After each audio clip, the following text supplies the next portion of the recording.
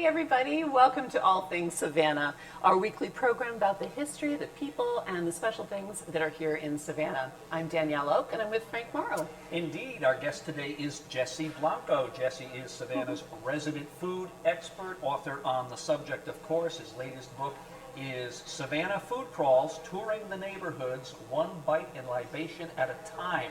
Love the title. Yeah. We both Thank do. you. Welcome to the program. Thank you so much. I appreciate the invite. Yeah, this is great having you. So, we've got the Renaissance man here. This is seriously. That's a first. You are not going to believe the things that he has pocketed away over the last, 24 years sounds like a long time, but you have done so much since you've come to Savannah. Yes. So first of all, I love the fact that you majored in political history. Political science, right. And here you are talking about food. Yeah. There's a journey there. Tell us about that. Michael Levin was his name, an attorney that I interned for, because when you're a political science major, everyone assumes you're going to become an attorney. Uh-huh. And I had no intentions of becoming an attorney, but I interned at an attorney's office. And Michael Levin was the one that told me, his sister was working for NBC at the time out in Salt Lake City. And we had a conversation. He knew what I wanted to do with my career. I wanted to be on the news and do all that stuff. And it was him that told me, hey, don't overthink this and get master's degrees in communications and all that. Oh. Stick with liberal arts to give yourself some background of, they can teach you how to hold a mic. They can teach you lighting, but they can't teach you what to say unless you have that background of knowledge. And I took that to heart at whatever age that was. And so I didn't pursue communications and journalism and all of that stuff. And so I kind of ran with it. Yeah. So what are the early influences on you? So certainly we have food that has come into play and plays such a big role in your life. Yeah. But as you mentioned, you're a broadcaster. Yeah. Early on, Ted Koppel. Remember Ted Koppel from Nightline? Yeah, and a lot of the local guys growing up in Miami, Florida. My mom, I share this all the time. My mom, back in the day when we didn't have remote controls, I would be sitting in her chair every evening and she'd say, get out of my chair and put on the news. Because I was watching cartoons or whatever. And that was the routine in the house. And so, there weren't multiple TVs. And this is 1977, 78, 79. And so I found myself watching the news every single day at a very young age, 8, 9, 10 years old. And, eventually I was attracted to the weather guy who had the cool maps and all the stuff. But then obviously the sports guys, because back then there was no ESPN, and that's where you found out about interviews with the Miami Dolphins, and that was the only pro team we had at the time. And so I became attracted to that. Then later at the national level, Ted Koppel and a few others, but Ted Koppel was the guy. I got to meet him years later. Really? Wow. How old were you? When I met him? Yeah. 1991, so 26, whatever that was, 23, 4. Yeah, it was at Disney World. No kidding. Yeah. So it just happened. So yeah, we were at a grand opening for one of the parks at Disney World. It's now Hollywood Studios, and I was there as a member of the media. And actually, the short version of the story is I walked into the restroom, and I saw him standing there at a urinal, and I went. And so, obviously, I didn't say a word, but you better believe as soon as we were both back outside, Mr. Koppel, and I had a lovely 3-minute conversation with him, took a picture and the whole deal. He was a very, very nice man. Oh, that's so cool. Yeah. That's but great. I met him in the bathroom. Well, now we know. Yes. Yeah, he was one of the guys, because we are old enough to remember, the Iran hostage crisis, and he was on. That's where Nightline was born every single night, day 200 and Oh, right. And so that became a thing, and so that was kind of my North Star. I liked that, and so. I ended up becoming a TV news anchor. Started in sports, but ended up in news. That's also interesting. Started in sports. So did you play when you were in high school? High school. Beyond that, I realized that I just did not do well with pain. Well, it's a good thing to figure out early. And the weightlifting and all of that stuff that because I was already a big kid. Yeah. so I was playing in the trenches and all of the physical abuse that those guys go through, and I just, Right. Yeah, it football. didn't right? appeal to me. Because growing up, I was the tallest, I played all the fun stuff, throwing Yeah. the ball, catching the ball. But then when we got to organized football, they put me in with, the big heavyweights, uglies inside, and it was just physical abuse, and I did not dig that. So I'm like, I'm out of here. It wasn't for me. So sports then, sportscasting, was Yeah. that just sort of like your North Star, or was Yeah, that? yeah. I spent a little bit of time trying to decide whether I wanted to be the next Ted Koppel or go into sports, because at the age of 24, 5, 6, that's all we think about is sports. There's all the sports and the game and the players and all that stuff. And I wound up, for a number of reasons, going into a sports position down in Fort Myers, Florida, and that was just the coolest thing for me, because Fort Myers is 2 hours from Miami, it's 2 hours from Tampa, and so we wound up covering all of my teams, college and pro. It's great turf. Yes, and so that was fun, but it also ruined it for me, because when, let's say, the Miami Hurricanes or the Miami Dolphins are involved in this great, fantastic finish, you can't enjoy it because you have to think about, okay, I have to interview this guy, and Oh, get a yeah. story filed, and so it was fun, but after 2.5 years, I was like, I want to enjoy my teams, not work them. Sure. And there are a lot of people who, to this day, are big fans and still work them, and good for them. But I wasn't, And then you get the friends and family who are at tailgate, but I'm sitting there drinking a Diet Coke Right. because I'm working. You're working. Yeah. And so I missed out on a lot of that for probably 3 years. But then I moved to Nashville. Well, came here from Fort Myers, and so then I was exposed to a bunch of other stuff that wasn't my team. So it got better, but covering my teams, you would think it was fun, and it was, but it kind of wore itself out. Interesting. It's interesting. A lot of sports guys go on to do news, or Yeah. they sort of transition back and forth depending on what the job openings are. So because a lot of the same skills, ad-libbing is so important, obviously, in sports, Right. and it is in news as well. Yeah. So you sort of did go back and forth a few times, right? Yeah, I eventually left sports. We moved from Savannah, where I did sports for about 4 years, to Nashville, where I was doing sports. And then one day out of the blue, in around Thanksgiving of '05, got a call to offer me a job doing news. And it wasn't just news, it was the main anchor in the newsroom, like the Monday through Friday, 6 and 10 o'clock guy Quite an offer. Wow. in El Paso, Texas. And so I was like, well, told my wife, and we talked about the salary, and it was a big bump, and it was weekends off, and all the things that you aspire to do. Yeah. You always work weekends when you're doing sports, Yeah. which was not ideal, but so we moved to El Paso, and I was the guy. Wow. Then when I came back to Savannah as the news guy, and we started Eat It and Like It, then, as a transitional thing, I did sports again at WSAV for about 2 years, almost 2 years. And it was offered to me as, hey, we need someone, and you are transitioning to self-employment. Would you like to do this part-time? And which was very nice of them at the time. And, there were advantages. The market knew me, and I knew the turf and all that, so it worked. So I did that, and I did sports. The last time I was on the air as a newscaster was back as a sportscaster. So yeah, I did go Okay. back. Wow. Yeah. All right, let me remind everyone, you are watching All Things Savannah. We are coming to you from the Twin Spades Lounge at the Bluff Hotel, 630 West Bay Street, Historic District, downtown Savannah. I'm with Danielle Oak and Jesse Blanco, our food expert. He is everything to anybody when it comes to food. He's been at more restaurants than people have golf courses around. Yeah, all of them. Yeah, so, okay, talking transitions then. Right. Transitioning into food, what was, Ooh, why?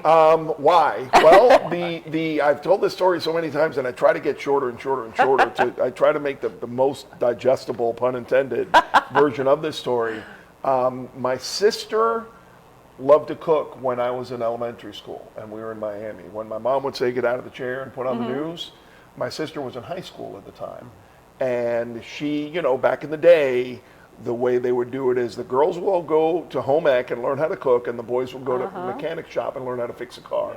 That's kind of how it was. I wasn't old enough, I wasn't in high school yet, but she would go to home ec and she'd get these recipes and learn how to make stuff. Well, one Saturday morning, she had a recipe for pancakes from scratch. True story. And she made them. I watched her make them. And I ate them, and I'll never forget thinking, why do these taste so much better than Mom's? And Mom was the box and the water and keep it moving. But these were from scratch. And I realized at the age of probably 9 that it was better if you did it that way. And so, you know, I was curious. By 14, 15, I was baking Christmas cookies for Christmas and all that.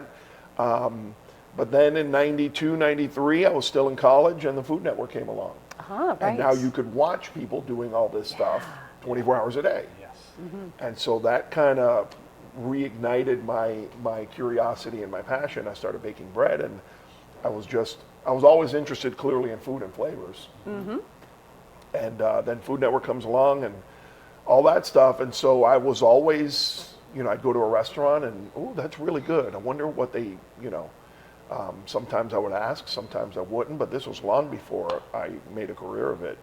I was always curious. So then when the opportunity came along to do this, there was always, I'm curious, you know, everybody thinks my background was a chef because Anthony Bourdain's background was a chef. Yeah.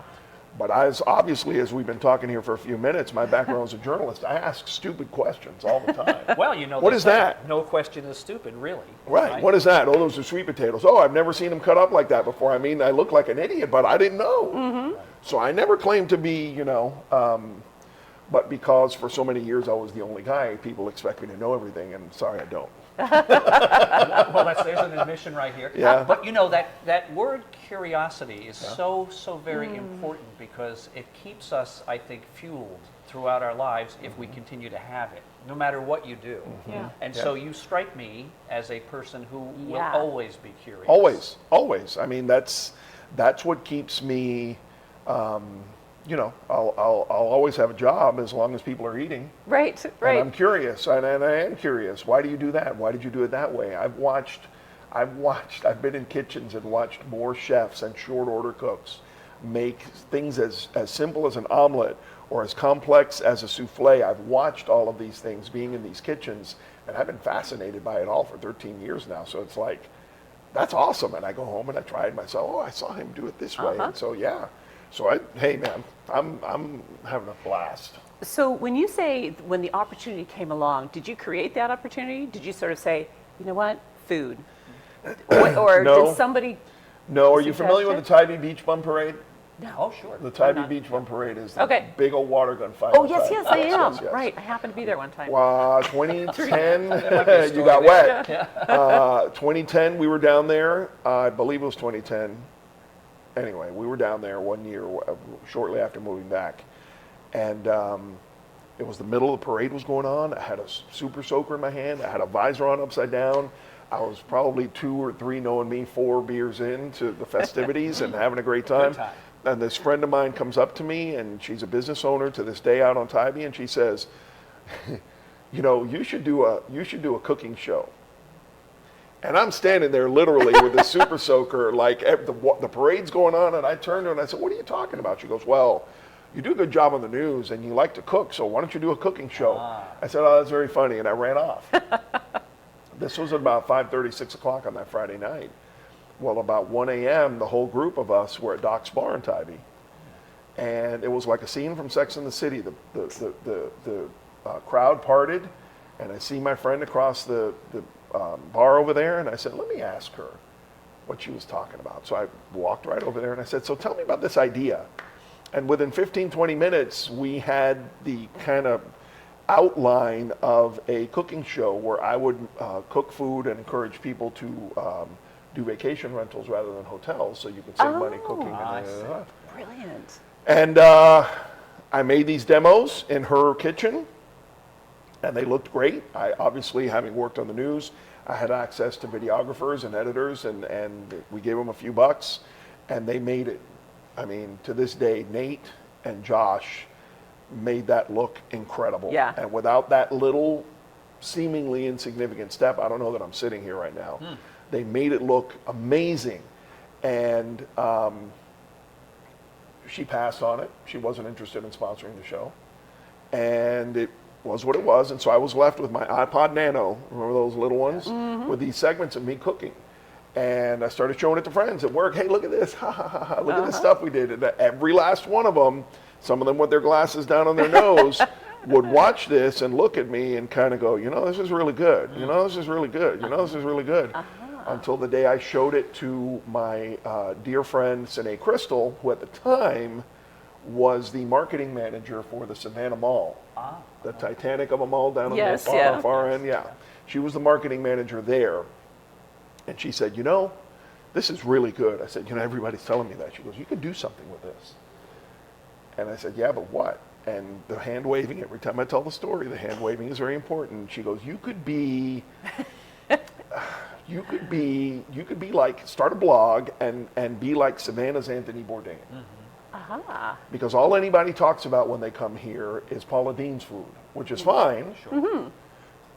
But there's so much else here. We have good sushi, and we have good pizza, and we have this, and we have that. And why don't you start a blog talking about all the different food we have in Savannah? And I said, well, that would be fun. I'm thinking, you know, a little side hustle. And why not? Get to eat some food, maybe make a few bucks. And it took off. She became my business partner, and she, from the marketing side. Yeah. We had a powwow in Forsyth Park with Melody, who I am eternally grateful for till the end of time. She put together a PowerPoint presentation and a deck with the graphics and where do you want to go? This is where you want to go. This is what it needs to look like. And she said, if you're going to do this, do this. Boy, that's amazing. And she moved away and gave it to me. And I've done that. Wow. Wow. Yeah. So what year is that when that happened? That was 2010. 2011? So it's quite a few years ago now. 13.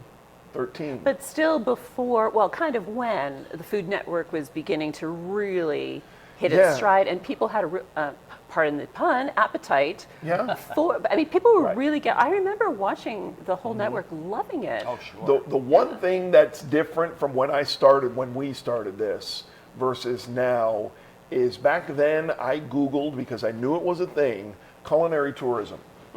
And culinary tourism back then might have gotten you 2 lines of a search. And it was this group that was starting, and culinary tourism very simply is, you know, using food to bring people back to your city. You can go to Chicago 100 times and go to the Arts Museum 200 times, but if there's that restaurant that you want to go back to, you know, we haven't been to Chicago in 5 years, I want to go eat here. When you're reading, and it's happening now in Savannah with, like, you know, for example, how many people are up in Boston flipping through a magazine saying, wow, there's this great place, and JetBlue goes nonstop, let's go. Yeah. Because of the restaurants and the food that's happening. It, right? Correct. Yeah. And so not the only thing, obviously, but it's a big part of it. It's okay, you can come and see the architecture once or twice, but then now what? Well, if there's more restaurants and you like the city, now there's other stuff to do. So culinary tourism was a thing, but it was like, I'm telling you, you Googled and it was like a ghost town. Now it's pages and pages and pages and pages of entries. But now, you know, I've established us here as where we are in the market. You are watching All Things Savannah. We're coming to you from the heart of the historic district at the Bluff Hotel, 630 West Bay Street in downtown Savannah. Jesse Blanco is with us. He is the author of Savannah Food Crawls, which we're going to get to right now because that is the meat of the matter. Where's the book? It's over there. Oh, can we have one of those? One of our folks may be able to grab that book. We want to show everybody the book. I thought about grabbing it, but yeah, it's there. But let's begin about the book. So you've written other books, haven't you? That was the first. I've now written 2. I've now written 2. Ooh, okay. This one, they look exactly the same. This one and Charleston Food Crawls, which comes out May the 7th. Oh. And the only difference is this grid of photos. The grid of photos is Charleston photos, and you don't see me. Oh, okay. I'm not on the cover. I pushed the publisher to include me on the cover of the Savannah book, not for my ego, but because people would recognize me here. Yes. Sure. And so when they sent me a Charleston book and I was not on the cover, I didn't care. Yeah. Because not as many people there obviously know who I am. But here I thought it was important for people to see it on a shelf and go, okay, he wrote that, I know who that is. I may not even remember his name, but it helped, it would help to sell. And it has done very well. Ooh, super. So just holding that. Can you? I don't know if you can get a close up of this. Well worth a pickup. Great. And so Thank you. $21. $21. 21, okay. Yeah. And let's talk about how many places you think over the years you have dined in, just in Savannah. I mean, if we were to look at a rough number, how many restaurants have you set foot in to do this? I was asked that a couple of months ago up in Beaufort, South Carolina about this book. And I did the math on the fly, and there are about 75 to 80 places in the book. Okay. But obviously not every place that I have visited is in the book. Right. For example, the publisher, because this was not my idea, there's a series of books like this around the country. Okay. The publisher did not allow me to include fine dining. Oh. Because fine dining is not walkable; it's food crawls. You don't hop fine dining. That's a dinner, on this. There's right? a specific thing. So you go have a beer, you go have an appetizer, and you hop these places and casually. They wanted it casual, they wanted it affordable and approachable. So none of the fine dining in this town is in the book because they didn't want it. Now there's an appendix in the back where I list some other spots you might want to consider, but that's 75, Wow. 80 that are in the book. And I could probably name, rattling off right now, maybe 20 that obviously I've been to that aren't in the book. Mm-hmm. That's an impressive group of places to hit. Sure is, yeah. A lot of calories later, yeah. You said something. Someone has to do the work. Yeah, exactly. But you said something earlier before we were recording. You said something about how the first 3 years are really exciting, and then it's not as exciting. I mean, really and truly, you're looking at it. You're being analytical about the food that you eat from the very beginning. So it's not just pure joy. Yeah. It is, but it's also, like you say, Yeah. going to a game and reporting. You're working. So how has that changed over? It has, and my wife will tell you it has changed too much. We had a conversation about that last weekend, as a matter of fact. I do enjoy going out to eat. The problem, as much as I ever have, the problem that I find myself having run into is that we haven't mentioned it here, I produce a weekly television show that airs on WJCL every single Sunday. And it's in and out of these kitchens and restaurants. And of course they want you to eat their food. And of course they're going to give you boxes of it to take home. And so if I'm doing that Monday, Tuesday, Wednesday, or Tuesday, Wednesday, Thursday, do you really think Friday night? I'm saying to my wife, you know what? Can we go out to Right. da-da-da-da-da? You've had your fill. And so, Even you. Right. And so sometimes, it's 4 or 5 months and I'll see a chef. Hey, I haven't seen you in a minute. Yeah, I'm sorry. No one wants to hear me complain. No. And I get that. Right. But I'm not a traditional, New York Times-esque food writer who drops his wisdom in one column and then can't wait to line up the other places to go eat. That's not my shuffle. It never has been, but people don't get that. So that's my way of answering your question and saying, yeah, I love supporting all of these guys, and they do a fabulous job. And I do. They'll tell you. But do I get to every restaurant as often as I'd like? No. No, I can't. Yeah. Whether I won't enjoy it, or I just couldn't get there, or the one night I had to go to this particular restaurant, they had a pop-up with a different chef, so I couldn't go. Next thing you know, it's 4 months later, and I still haven't gone. Again, nobody wants to hear me complain, but trying to eat all the food is most certainly a challenge that everyone thinks is just this Glorious. kind of a playground. Right. But it's a challenge. It is. It is a challenge. It's good to hear that, though. It is real, because people may not think that, they know you're doing real work, but they may think, oh, well, how hard can that be? Well, guess what? It is work still. The number of people who offer to hey, can I be an intern? Well, we have to do all of these things before we can go to enjoy and have a great dinner on Friday. There's a lot of work involved. At the end of the day, it's a small business. Quick story I always tell that happened to me in Hilton Head. I had back-to-back food festival weekends, and I was there and I was talking to this gentleman on Saturday night. We had a great time. Sunday morning I came home. Monday, Tuesday, Wednesday, I just flat out got my butt kicked by the business of the business. And Wednesday, got it all together. Thursday, I was back in Hilton Head, and maybe the second or third person I see walking into this next week's festival is the gentleman that I had been hanging out with. And he goes, man, I want your life. All you do is go from festival to festival. And I said, I actually got a little irritated. I go, man, you have no idea what I've been through the last 3 or 4 days, but I'm glad that I can put that behind me in Savannah and come and enjoy this. Like, people have no idea. Yeah. Well, no it's important idea. to tell them. You know, really, I mean, you don't want to hit them over the head with it, but you know, it's work, and but it's great work if you can get it, you know, and we like doing what we do, but it's true. It is work. There's only so many hours in the week. Correct. So getting back to Savannah, what is it that sets Savannah apart for you?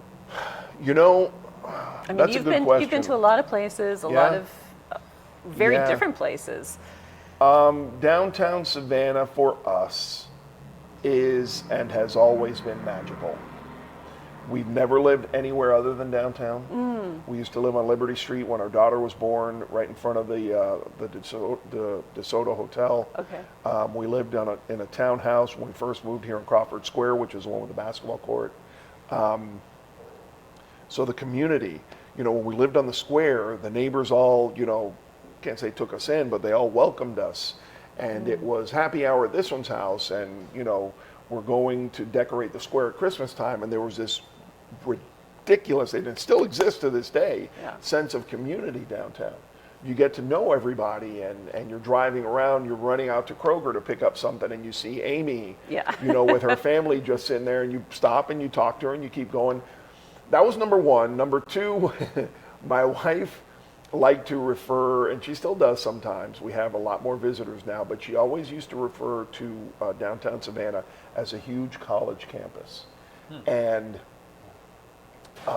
she loved her time at Florida State as much as any other collegiate did, but we used to, when our daughter was in a stroller, we'd put a bottle of wine or two, depending, in the thing of the stroller, and we'd walk for hours all over downtown Savannah, depending on the weather. And inevitably, you run into, hey, what are you doing? Hey, we're having a get-together at so-and-so's house. Bring Alexandra. Yeah, it'll be fine. And so we'd go out with nothing to do that night and come home with 3 invites to parties. I can't tell you the number of times that happened back in the early 2000s.